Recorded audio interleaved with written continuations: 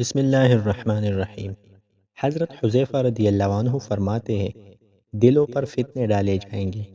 جو دل اس کا انکار کرے گا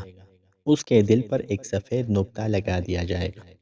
جو دل اس کا انکار نہیں کرے گا اس پر ایک سیاہ نقطہ لگا دیا جائے گا۔ اس کے بعد ایک اور فتنہ دلوں پر آئے گا، اگر دل اس کا انکار کرے گا تو پہلی مرتبہ کی طرح اب بھی اس پر ایک سفید نشان لگا دیا جائے گا، اور اگر اسے ناپسند نہیں کرے گا تو اس پر پہلی مرتبہ کی طرح سیاہ نقطہ لگا دیا جائے گا۔ اس کے بعد ایک اور فتنہ آئے گا، اگر دل اس کو برا جانے گا تو اس پر پہلے سے زیادہ گہرا سفید نشان لگا دیا جائے گا اور اس کو صاف ستھرا کر دیا جائے گا، اور اس کے بعد کوئی فتنہ اس کو نقصان نہیں دے گا، اور اگر اس کو سابقہ دو موقعوں کی مانند ناپسند نہیں کرے گا اس پر پہلی دو مرتبہ سے بھی زیادہ سخت کالا دھبا لگا دیا جائے گا،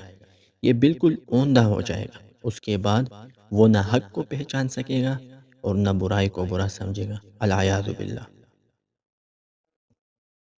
حضرت عبداللہ ابن مسعود رضی اللہ عنہ فرماتے ہیں کہ رسول اللہ صلی اللہ علیہ وسلم نے ارشاد فرمایا، میں اپنے بعد آنے والے 7 فتنوں سے پرحذر کرتا ہوں۔ ایک فتنہ مدینہ کی جانب سے آئے گا، ایک فتنہ مکہ میں، ایک فتنہ یمن کی جانب سے اٹھے گا، ایک فتنہ شام کی طرف سے، ایک فتنہ مشرق کی طرف سے اور ایک فتنہ مغرب کی طرف سے،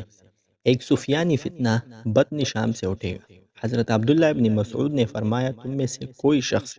ان میں سے پہلے فتنے کو پائے گا اور اسی امت کا ایک فرد ہوگا جو ان میں سے آخری فتنے کو پائے گا۔